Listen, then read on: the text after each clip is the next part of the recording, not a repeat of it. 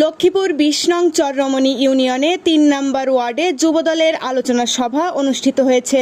মোহাম্মদ শাকিল হোসেন, লক্ষ্মীপুর সদর প্রতিনিধির ভিডিওচিত্রে বিস্তারিত।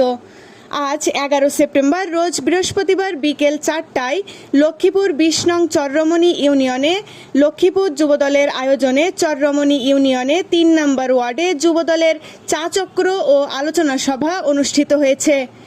উক্ত অনুষ্ঠানে উপস্থিত ছিলেন নবগঠিত ইউনিয়ন বিএনপি সাংগঠনিক সম্পাদক হাকিম আলী সরদার ও উপস্থিতিদের মধ্যে অন্যতম ছিলেন চররমণী ইউনিয়ন যুবদলের সাংগঠনিক সম্পাদক শাহজালাল লিটন, সাবেক ইউনিয়ন ছাত্রদলের সভাপতি ইকবাল কবির, সাবেক চররমণী ইউনিয়ন স্বেচ্ছাসেবক দলের সভাপতি আমিনুল ইসলাম বাদর শাহ, যুবদল নেতা আলমগীর মোল্লা, চালক দলের সভাপতি আজিম, রেসু ভুইয়া, আশফাকুর রহমান মামুন, মোহাম্মদ সবুজ, রাজা মিয়া, মোহাম্মদ শাকিল হোসেন ও ৩ নং ওয়ার্ডের বিএনপি যুবদল, ছাত্রদল, স্বেচ্ছাসেবক দল নেতৃবৃন্দরা ও চররমণী ইউনিয়নের জাতীয়তাবাদী দলের অন্যান্য নেতৃবৃন্দরা।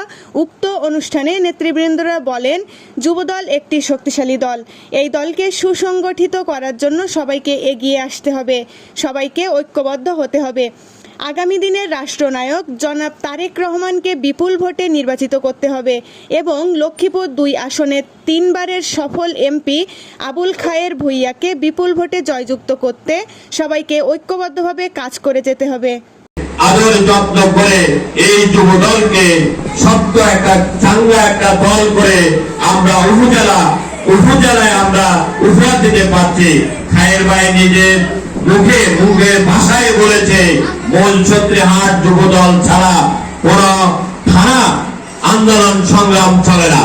তো তাই প্রিয় ভাই, আমরা তখন বিরোধী দল ছিলাম, এখন আমরা অন্তর্বর্তীত সরকারের সময় যদি আমরা এইভাবে চুপ করে যুবদল বসে থাকে তাহলে কোন আমাদের প্রয়োজন ছিল প্রত্যেকটা ওয়ার্ডে এইভাবে বক্তব্য দেওয়া, এইভাবে আপনাদেরকে উৎসাহ করা, এইভাবে আপনাদেরকে সাহস করা।